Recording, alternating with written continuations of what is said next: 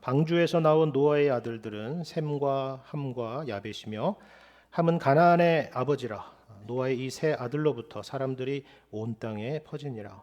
노아가 농사를 시작하여 포도나무를 심었더니 포도주를 마시고 취하여 그 장막 안에서 벌거벗은지라. 가나안의 아버지 함이 그의 아버지의 하체를 보고 밖으로 나가서 그의 두 형제에게 알림해 셈과 야벳이 옷을 가져다가 자기들의 어깨에 메고 뒷걸음쳐 들어가서 그들의 아버지의 하체를 덮었으며 그들이 얼굴을 돌이키고 그들의 아버지의 하체를 보지 아니하였더라. 노아가 술이 깨어 그의 작은 아들이 자기에게 행한 일을 알고 이에 이르되 가나안은 저주를 받아 그의 형제의 종들의 종이 되기를 원하노라 하고 또 이르되 셈의 하나님 여호와를 찬송하리로다. 가나안은 셈의 종이 되고 하나님이 야벳을 창대하게 하사 셈의 장막에 거하게 하시고 가나안은 그의 종이 되게 하시기를 원하노라 하였더라. 홍수 후에 노아가 350년을 살았고 그의 나이가 950세가 되어 죽었더라. 아멘. 저희 교회는 어린이 주일 또 어버이 주일 이런 것은 없지만 우리가 5월 첫째 주일이 되어서 함께 가정에 대한 말씀을 나누면 참 좋겠다라는 생각에 오늘 이 말씀을 함께 생각해봤으면 좋겠습니다.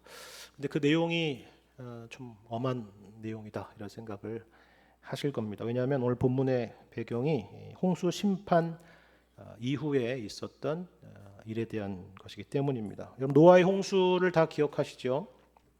창세기 6장을 보시면요, 하나님께서 왜 이 홍수로 이 세상을 심판하게 되셨는가 하는가에 대한 설명이 있는데요. 먼저 그 말씀을 한번 봤으면 좋겠습니다. 창세기 6장 5절부터 8절까지 말씀인데 제가 읽겠습니다.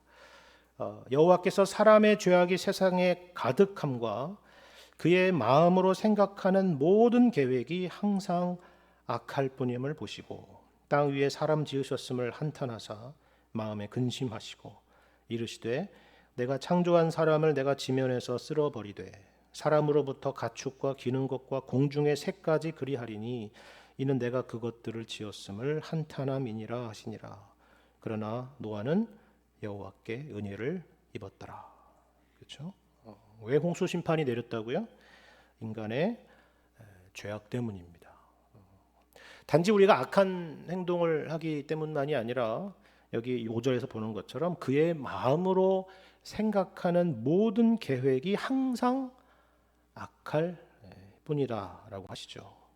근본적인 죄를 말하는 것입니다. 타락한 인간은 단지 행동을 조금 교정을 해서 새롭게 될 수 있는 존재가 아니다라는 것이죠. 이것을 신학적인 용어로 말하면 전적 타락이다라고 말하는 것입니다. 그리고 그 모든 죄 가운데에서 가장 큰 죄이며 근본적인 죄는 뭐냐면 하나님을 거역하는 죄입니다. 로마서의 표현대로 하자면 그 마음에 하나님 두기를 싫어하는 것을 말합니다. 그래서 이들에게 심판이 내려집니다. 이것이 바로 홍수 심판이었던 것이죠. 그러면 노아는 어떨까요? 노아는 뭐 다른 사람입니까? 노아는 이들과 근본적으로 다른 존재일까요?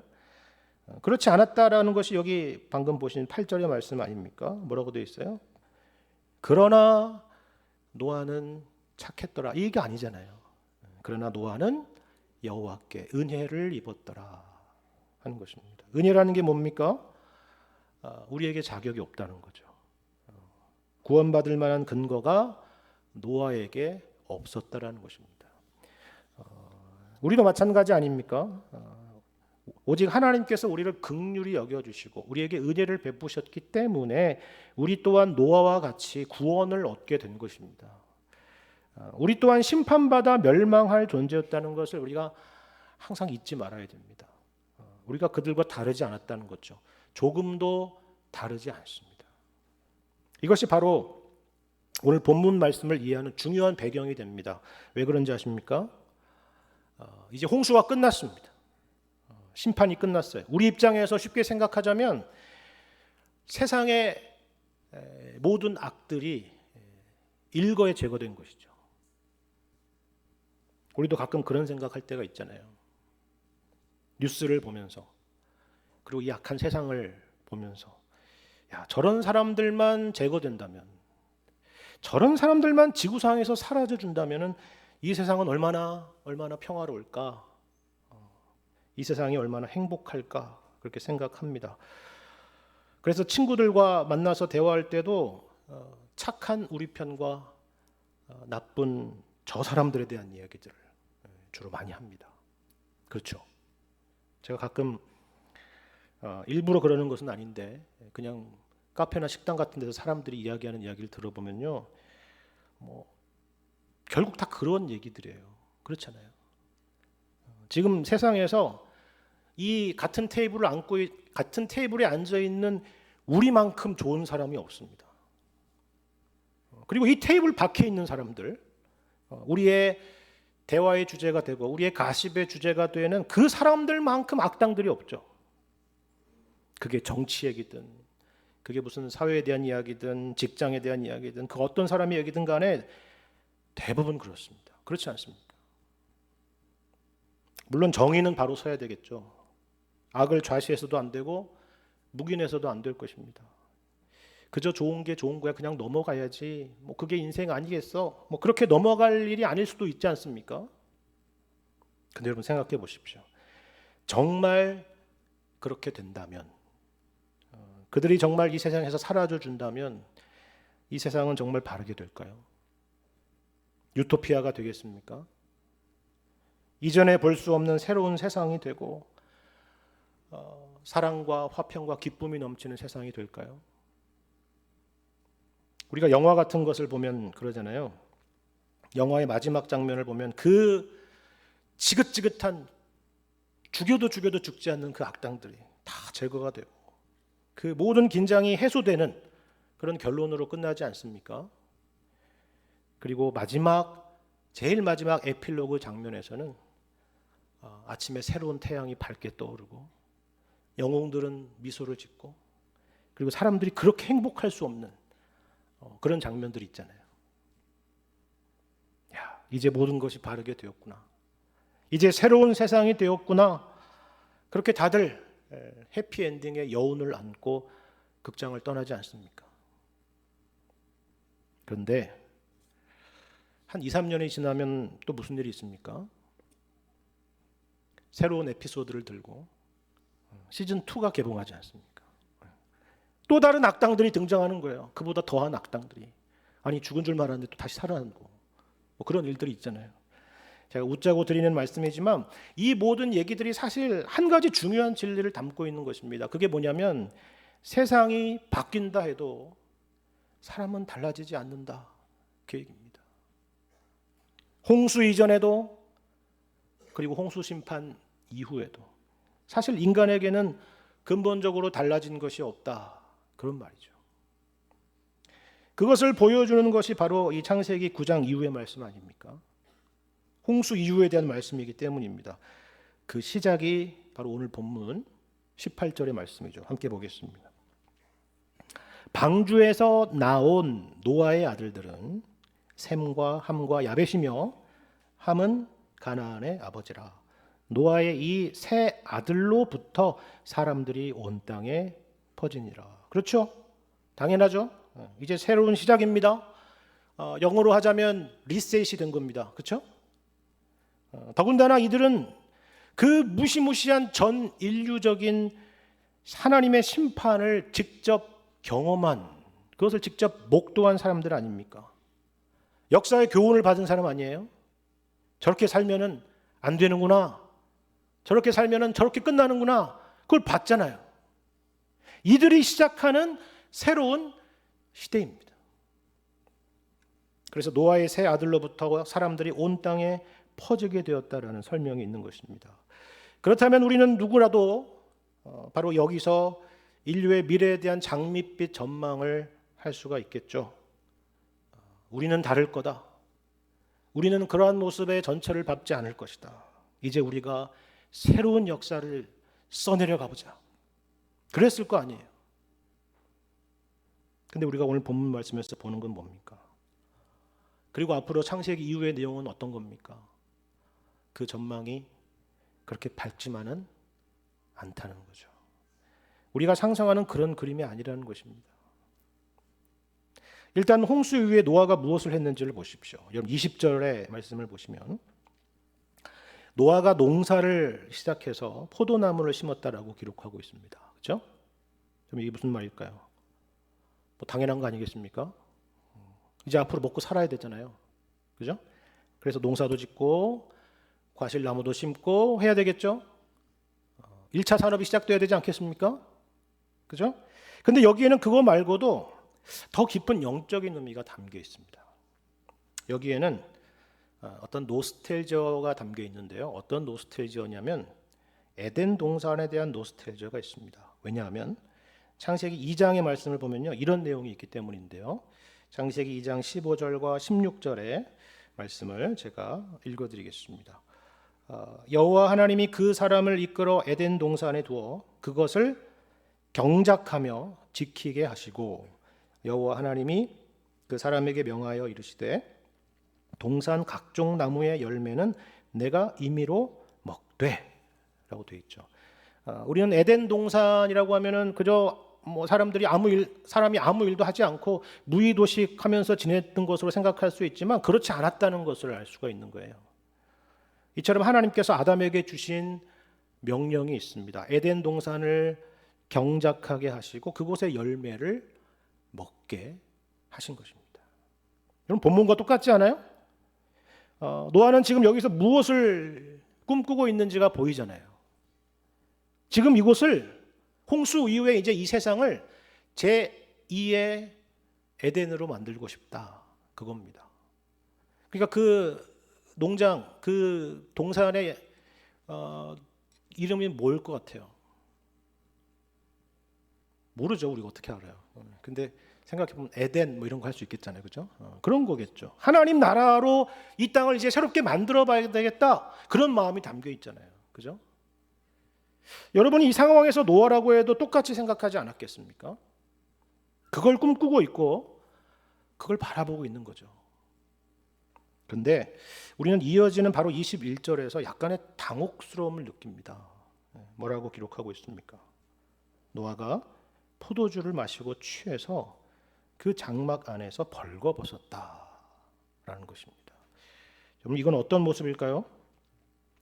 우리는 일단 두 가지 모습에서 눈살이 약간 찌푸려질 수 있어요. 하나는 포도주를 마시고 취했다라는 것과 그리고 또 하나는 벌거벗었다라는 것입니다. 우리가 성경을 보면은 이 술 취함에 대해서 여러 가지 경고들을 볼 수 있지 않습니까? 그로 인해서 야기되는 여러 죄악들과 또 여러 문제들을 지적하는 그런 말씀들이 있죠. 분명히 있습니다. 그런데 꼭 성경의 지적이 아니라고 할지라도 우리 일상 가운데서도 이 술 취함이라는 것이 만들어내는 수많은 문제들이 있잖아요. 그런 것들 우리가 보지 않습니까?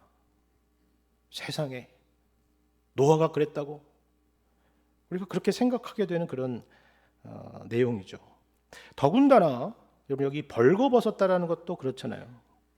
여러분 술 취해서 벌거벗은 노아의 모습을 한번 상상해 보십시오. 아니 상상하지 마십시오. 부끄러운 일입니다. 그렇죠? 부끄럽잖아요. 그렇지. 술에 취해가지고 인사불성이 되었을 것이고 그래서 이런 추한 모습을 보이는 것이 아닌가 그렇게 생각할 수 있습니다. 그래서 우리는 여기서 한 가지 결론을 내릴 수가 있겠죠. 노아도 역시나 여러 죄인 가운데 한 사람이구나 라는 것입니다. 그래서 우리는 노아의 모습을 보고 어떻게 저렇게 할 수 있을까 비난을 할 수도 있을 것이고 또 한편으로는 같은 연약한 죄인으로서 동정심을 가질 수도 있겠죠. 그렇죠? 근데 우리가 여기서 간과해서는 안 되는 것은 이겁니다. 성경 자체는 여러분 방금 보신 것처럼 여기에 대해서 어떤 평가를 내리고 있지는 않다라는 사실입니다. 그러니까 쉽게 말해서 노아가 이처럼 악을 행했더라라는 식으로 평가하고 있지는 않다는 거예요. 긍정적으로 보고 있지도 않지만 그렇다고 해서 부정적으로 설명하고 있지도 않다라는 사실입니다.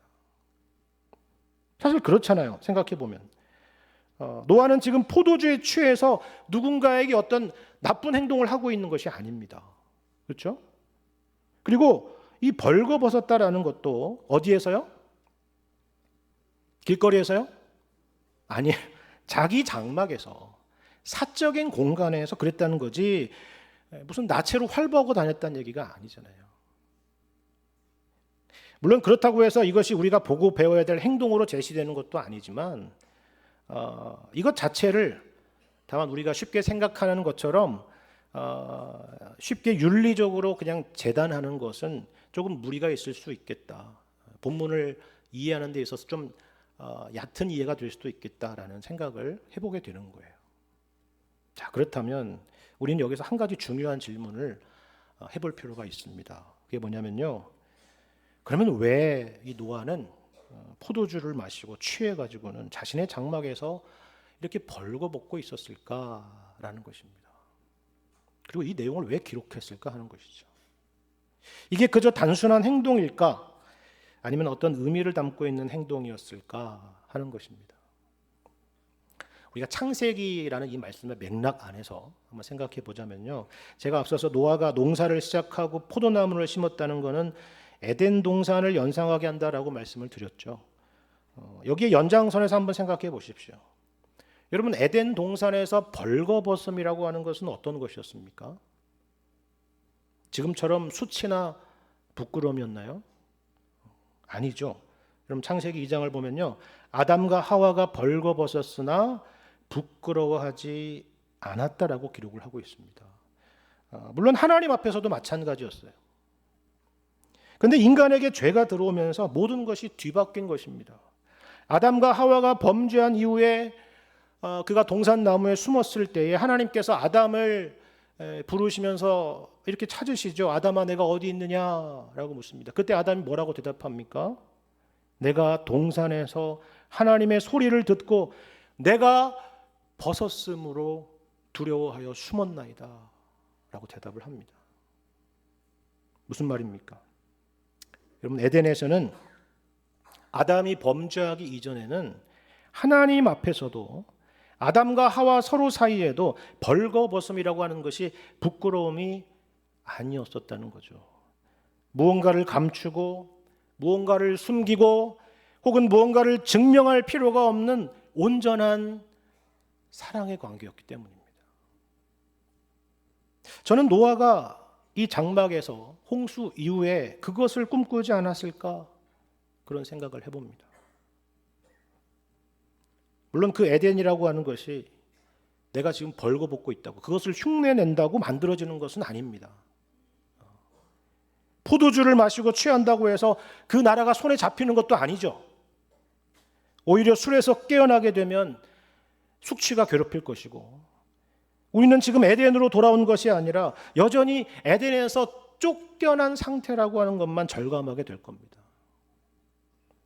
그것이 타락한 이 세상에서 우리가 경험하게 되는 현실이죠.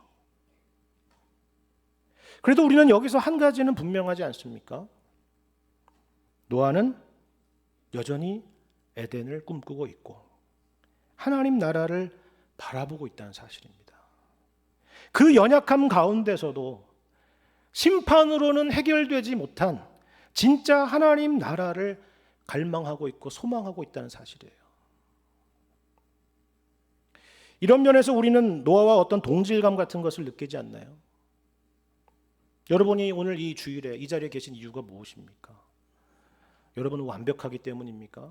하나님 앞에서 떳떳하기 때문인가요? 주님, 제가 여기 있습니다. 제가 이렇게 잘 살았습니다. 훌륭하게 살았습니다. 칭찬해 주십시오. 저야말로 천국에 들어가기 합당한 사람이 아닙니까? 그런 마음으로 이 자리에 나오셨습니까? 아니잖아요. 우리도 노아처럼 홍수에서 건짐을 받았지만 그리고 이스라엘 백성처럼 홍해를 건너왔지만 그리고 예수 그리스도의 십자가의 은혜로 구원을 받았지만 여전히 연약하지 않습니까? 이 땅은 여전히 가시와 엉겅퀴를 내고 있고 우리가 그 가운데서 살아간다는 것은 얼마나 참 고된 일이에요. 에덴은 눈에 보이지 않고 천국은 저 멀리 있는 것처럼만 보이죠. 그런데 그럼에도 불구하고 우리는 오늘 이 예배의 자리에 있습니다. 노아처럼 교회라고 하는 장막 안에서 그 나라를 꿈꾸고 있고, 우리는 비록 연약하지만 우리를 있는 모습 그대로 받아주실 그 주님을 바라보고 있죠. 예, 맞습니다. 그것이 바로 신앙입니다. 그게 바로 하나님을 의지하는 것이죠. 하나님 나라를 꿈꾸며 살아가는 신자들의 정상적인 모습입니다. 이 신앙의 자리를 잃지 않으시기를 바랍니다. 근데 오늘 본문의 말씀은 이 사건이 노아에게서 그치지 않고 그 아들들에게까지 확장되어 가는 것을 볼 수가 있습니다. 사실 어떻게 보면 이것이 오늘 본문에서 더 강조되고 있는 부분인데요. 바로 노아의 세 아들과 또 그의 후손들에 대한 것입니다. 이러한 아버지의 모습을 두고 두 가지의 상반된 태도를 우리가 볼 수 있죠. 하나는 둘째 아들 함의 태도입니다. 여러분 22절의 말씀을 보시면, 가나안의 아버지 함이 그의 아버지의 하체를 보고 밖으로 나가서 그의 두 형제에게 알렸다라고 기록을 하고 있습니다. 이게 바로 함의 태도죠. 반면에 첫째와 셋째였던 셈과 야벳의 태도를 보십시오. 23절, 셈과 야벳이 옷을 가져다가 자기들의 어깨에 메고 뒷걸음쳐 들어가서 그들의 아버지의 하체를 덮었으며 그들이 얼굴을 돌이키고 그들의 아버지의 하체를 보지 아니하였더라. 그럼 어떤 차이인지 아시겠어요? 단지 아버지 하체를 보았느냐 아니면 보지 않았느냐의 문제가 아닙니다. 이 두 구절을 우리가 비교해서 볼 때, 그리고 오늘 본문 전체 내용을 생각해 볼 때에 확인할 수 있는 건 이거죠. 함은 그것을 보고도 아버지의 수치를 가려주지 않았습니다. 도리어 그것들을 형제들에게 알려서 아버지의 수치와 연약함을 비웃고 그리고 조롱한 것입니다. 왜 그랬을까요? 이게 더 중요한 질문이죠. 함은 도대체 왜 그랬을까요? 당연한 말이겠지만 이 함은 아버지 노아의 젊은 시절을 분명히 기억하고 있지 않았겠습니까?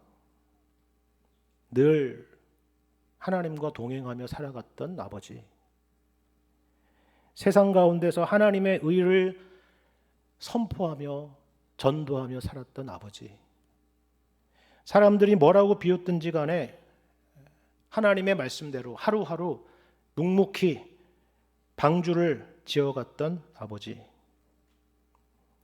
그런데 그런 신앙적인 부분뿐만 아니라 모든 면에 있어서 흔들림 없었던 바위 같았던 그 아버지가 이처럼 볼품없는 모습으로 있는 거예요.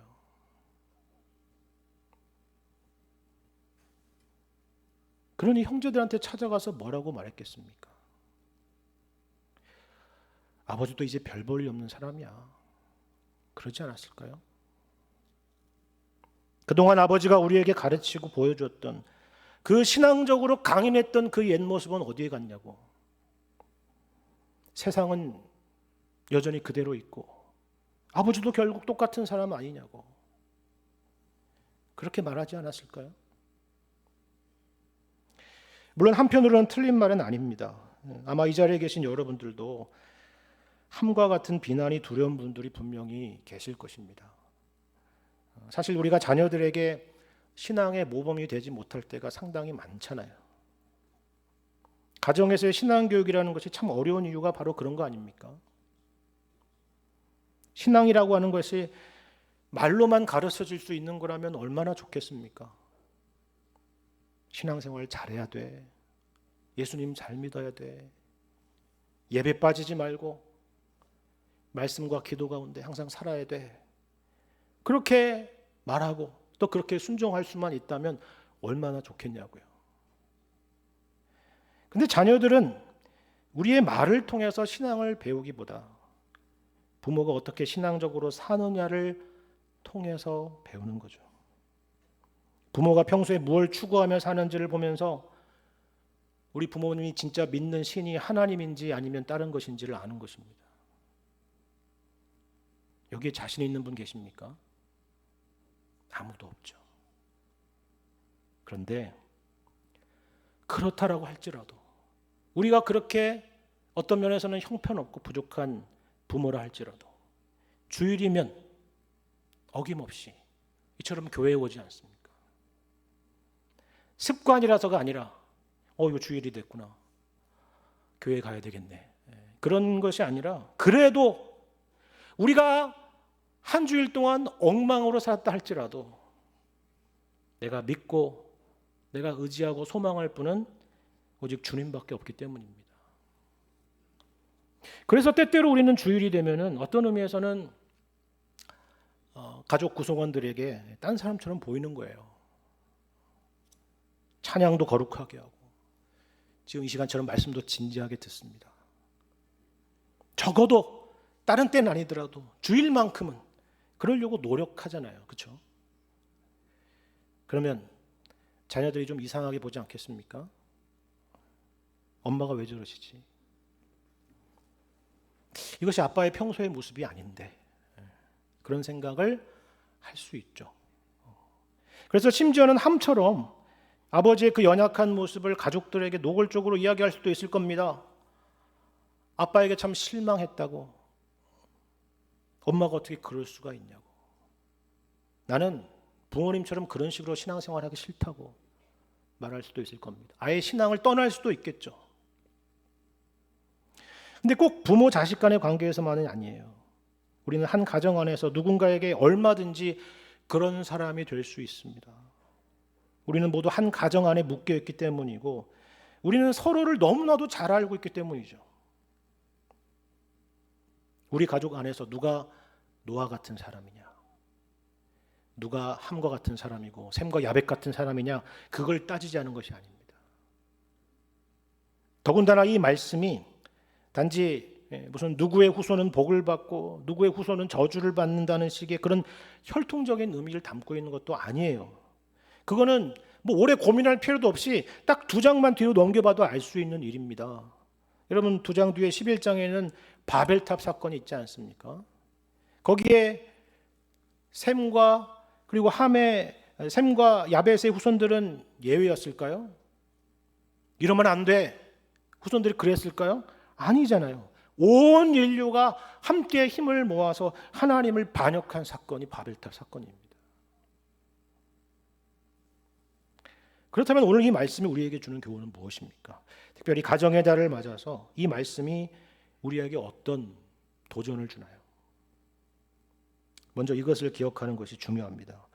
앞서서도 계속 말씀드렸지만 노아를 비롯해서 우리 중에 그 누구라도 우리 안에는 특별할 것이 없습니다. 우리는 모두 죄인이고 연약합니다. 노아 같은 부모든 아니면 셈과 함과 야벳 같은 자식이든 모두 다 하나같이 마찬가지예요. 우리 안에는 선한 것이 없습니다. 우리는 모두 하나님의 구원이 필요한 존재들입니다. 그걸 아셔야 됩니다. 이걸 생각하지 못할 때 제일 많이 하는 실수가 바로 함과 같은 실수입니다. 함과 같은 잘못이죠. 그런 신앙의 모습을 비난하는 것입니다. 비웃는 것이죠.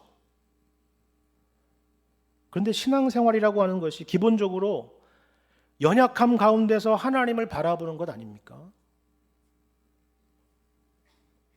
그런 식으로 신앙생활할 것 같으면 교회 다니지 마. 그런 것은 없는 것입니다. 부족하니까, 못났으니까 우리가 이 자리에 있는 것입니다. 주의 자비는 무궁하며 아침마다 새롭고 또 새롭기 때문입니다. 하나님께서 우리를 변화시킬 것입니다. 그걸 바라봐야죠. 그걸. 그러므로 비난하지 말고 허물과 연약함을 덮어주시기를 바랍니다. 여러분 셈과 야벳의 태도를 기억하십시오. 이들도 아버지의 연약함을 모르지 않았습니다. 함의 이야기가 다 틀린 것이 아닐 수도 있어요. 그래도 덮어주는 것입니다. 그게 가족이고 뿐만 아니라 영적인 가족인 우리 교회 공동체가 서로에게 해야 될 일입니다. 그런데 우리가 여기서 한 걸음 더 나아갔으면 좋겠습니다. 누군가의 신앙을 비웃지 않고 또 연약함과 허물을 덮어주는 거 훌륭한 일입니다. 그렇게 해야 될 일이죠. 그런데 우리 모두 함께 해야 될 일이 있습니다. 그게 뭐냐 하면 오늘 설교의 제목처럼 함께 하나님 나라를 바라보는 것입니다. 여러분 26절을 보시면요, 노아가 셈의 하나님 여호와를 찬송하고 있습니다. 여러분 이걸 기억하십시오. 셈을 찬송하고 있는 게 아닙니다. 셈을 칭찬하고 있는 게 아니에요. 셈의 하나님 여호와를 찬송합니다. 하나님을 찬송하고 있다는 게 뭐예요? 누가 잘했다, 또 누가 잘못했다의 문제를 넘어서는 거잖아요. 아버지의 권위로 셈이라고 하는 한 인간을 높이거나 함을 낮추는 것도 아니잖아요. 하나님께 초점을 두고 있습니다. 셈의 하나님 여호와를 찬송하리로다. 노아 자신을 비롯해서 우리 온 가족이 바라봐야 될 분은 바로 하나님 한 분뿐이시다라는 걸 보여주는 것이죠. 이건 다만 가족 윤리를 말하는 것이 아니라는 거예요. 누가 진정으로 우리의 못난 것, 우리의 수치를 가려주실 것인가? 누가 우리에게 있는 천국에 대한 소망에 응답해 주실 것인가? 그걸 우리에게 허락해 주실 하나님을 함께 바라보는 것입니다. 그리고 약속대로 예수 그리스도께서 셈의 후손인 아브라함의 자손으로 우리 가운데 오시지 않았습니까? 그 예수님께서 십자가에서 순환을 당하심으로 우리가 받을 모든 수치와 모욕을 대신 받으셨죠. 그리고 그 십자가의 죽으심으로 우리의 죄의 문제를 다 해결하셔서 우리에게 하나님 나라, 천국, 영생을 은혜로 허락해 주신 것입니다. 특별히 이 가정의 달에 이것을 온 가족이 함께 믿고 또 함께 바라보며 함께 소망하며 사실 수 있기를 바랍니다. 우리가 비록 연약하지만 그 연약함 속에서 좌절하거나 그 소망을 비웃지 않고 서로 이해해주고 덮어주고 또 함께 하나님 나라를 꿈꾸면서 믿음의 길을 걸어갈 수 있는 귀한 가정들 다 되시기를 주님의 이름으로 간절히 축원합니다.